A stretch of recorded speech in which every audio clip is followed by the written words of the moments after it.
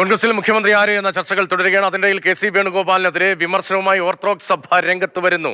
എംപിമാർ മുഖ്യമന്ത്രിയാകുന്നതിൽ നിയമ തടസ്സമില്ല, എന്നാൽ എംപിമാർ മത്സരിക്കേണ്ട എന്ന് തീരുമാനിച്ചിട്ട് മുഖ്യമന്ത്രി സ്ഥാനത്തേക്ക് ഒരു എംപിയുടെ പേര് ഉയർന്നു വരുന്നത് വിരോധാഭാസമാണെന്ന് ഡോക്ടർ യുഹാനോൻ മാർ ദിയസ്കോറസ് പറഞ്ഞു.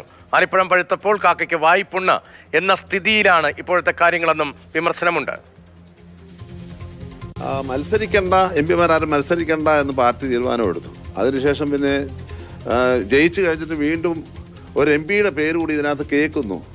നല്ലതായിരിക്കും പാർട്ടി എടുക്കുന്ന തീരുമാനം. പക്ഷേ ഞാൻ മുമ്പേ പറഞ്ഞ പോലെ ജനം ഒരു വിവേകമുള്ള ജനമായതുകൊണ്ട് ഇതിനെയൊക്കെ എങ്ങനെ കാണും എന്നുള്ളത് കുറച്ച് കഴിയുമ്പോഴേ നമുക്ക് മനസ്സിലാവുകയുള്ളൂ. മുഖ്യമന്ത്രി സ്ഥാനത്തിന് വേണ്ടി എന്തോ ഒരു ബഹളങ്ങൾ ഇങ്ങനെ നടക്കുന്ന കാഴ്ചകൾ കാണുന്നുണ്ട്. അത് ശരിയാണെങ്കിൽ മലയാളത്തിലൊരു പഴഞ്ചൊല്ലുണ്ട്, ആലിപ്പഴം പഴുക്കുമ്പം കാക്കയ്ക്ക് വായ്പുണ്ണ് എന്ന് പറയുന്ന ഒരു പഴഞ്ചൊല്ലുണ്ട്. ഏകദേശം അതേ പ്രവണതയാണ് സമയത്ത് കാണുന്നത്. ഞങ്ങൾ ജയിച്ചു എന്നതുകൊണ്ട് ജനത്തെ ഇങ്ങനെ ഓരോ വിഷയങ്ങളുണ്ടാക്കി ബുദ്ധിമുട്ടിക്കാനായിട്ട് പാടില്ല എന്നുള്ളത് ജയിച്ചവരും മനസ്സിലാക്കണം എന്നുള്ളത് ഒരു യാഥാർത്ഥ്യമാണ്. ഷിനോജ് ജസ്റ്റിയാണ് വിവരങ്ങളുമായി. ഷിനോജ്, കോൺഗ്രസിലെ ആഭ്യന്തര തീരുമാനമാണ്, ആഭ്യന്തര കാര്യമാണ് മുഖ്യമന്ത്രി തീരുമാനിക്കൽ. പക്ഷേ അതൊരു പൊതുകാര്യമായി വലിയ ചർച്ചയായി മാറുകയാണല്ലോ ഇപ്പോൾ. സഭയുടെ നിലപാടെന്താണ്? ഈ ആലിപ്പഴം പഴുക്കുമ്പോൾ കാക്കയ്ക്ക് വായ്പുണ്ണ് എന്ന് പറഞ്ഞ സ്ഥിതി എന്നത് ആർക്കുള്ള പിന്തുണയാണ്? കെ.സിയെ വിമർശിക്കുമ്പോൾ ആരെയാണ് സഭ പിന്തുണയ്ക്കുന്നത്? ഷിനോജ്,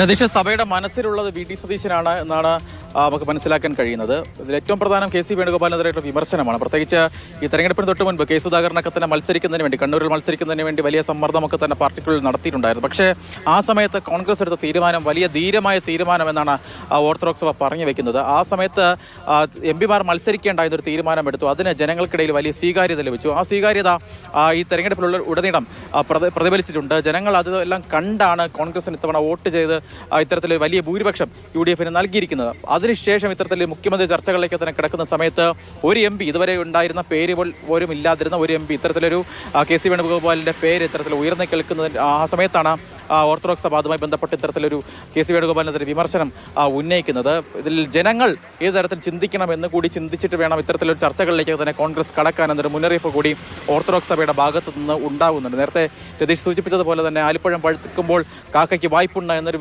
പഴഞ്ചൊല്ല് കൂടി ഇതിനോടൊപ്പം തന്നെ ഓർത്തഡോക്സ് സഭയുടെ മാധ്യമവിഭാഗം തലവനായിട്ടുള്ള ദിയസ്കോറസ് തിരുമേനി പറഞ്ഞു വെക്കുന്നുണ്ട്. എന്തായാലും ഈ ഏതെങ്കിലും തരത്തിൽ സഭയ്ക്ക് ഇതുമായി ബന്ധപ്പെട്ട് ഇത് കോൺഗ്രസിന്റെ ആഭ്യന്തര വിഷയമാണ്. പക്ഷേ ഇതൊരു ചർച്ചയായി പൊതുമധ്യത്തിൽ ഇങ്ങനെ നിൽക്കുന്ന സമയത്ത് ഇത്തരത്തിൽ പലതരത്തിലുള്ള ചർച്ചകളിലൂടെയൊക്കെ തന്നെ പോകുമ്പോൾ പൊതുവിൽ അതുവരെ ചർച്ചകളിലൊന്നും ഇല്ലാതിരുന്ന രമേശ് ചെന്നിത്തല, വി.ഡി. സതീശനും ഒക്കെ തന്നെ മുഖ്യമന്ത്രിയാകുമെന്ന തരത്തിൽ ചർച്ചകളൊക്കെ നടക്കുന്ന സമയത്താണ് ഇത്തരത്തിൽ വളരെ പെട്ടെന്ന് കെ.സി. പ്രതികരണം മാത്രമായി കണ്ടാൽ മതിയാണ്. ഓർത്തഡോക്സ് സഭ തങ്ങളുടെ താല്പര്യം അത് കോൺഗ്രസ് നേതൃത്വത്തെ, ACC നേതൃത്വത്തെ അറിയിക്കാനുള്ള സാധ്യതയുണ്ടോ?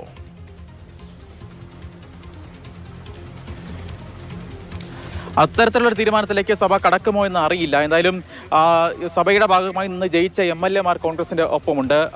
പ്രത്യേകിച്ച് ചാണ്ടി ഉമ്മൻ, അബിൻ വർക്കി, അങ്ങനെ ഓർത്തഡോക്സ് സഭയിൽ നിന്നുള്ള MLA മാർ അവർ വഴി ഏതെങ്കിലും തരത്തിൽ ഇത്തരത്തിൽ അവരുടെ നിലപാട് ഇതാണ് എന്ന് അറിയിക്കുമോ എന്ന കാര്യത്തിലൊന്നും വ്യക്തതയില്ല.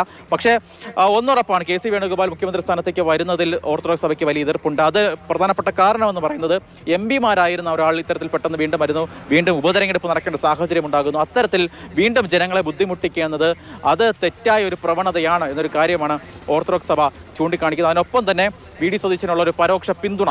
വി.ഡി. സതീശൻ മുഖ്യമന്ത്രിയാകണം, കാരണം തെരഞ്ഞെടുപ്പ് നയിച്ചത് സതീശനാണ്. അതിനാൽ തന്നെ സതീശനാണ് കേരളത്തിന്റെ മുഖ്യമന്ത്രി ആകേണ്ടത് എന്ന തരത്തിലൊരു പരോക്ഷ പിന്തുണ കൂടി ഓർത്തഡോക്സ് സഭ പറയുന്നുണ്ട്. നേരത്തെ NSSന്റെ പ്രതികരണം, ജി സുകുമാരനായുടെ പ്രതികരണം വന്നതാണ്, വെള്ളാപ്പള്ളി നടേശന്റെ പ്രതികരണം കേട്ടതാണ്. അതിന് പിന്നാലെയാണ് ഇപ്പോൾ ഓർത്തഡോക്സ് സഭയുടെ ഭാഗത്ത് നിന്ന് മുഖ്യമന്ത്രി നിർണയ ചർച്ചകളുമായി ബന്ധപ്പെട്ടുള്ള ഒരു പ്രതികരണം വരുന്നത്. ഷിനോജാണ് വിവരങ്ങൾ നൽകിയത്.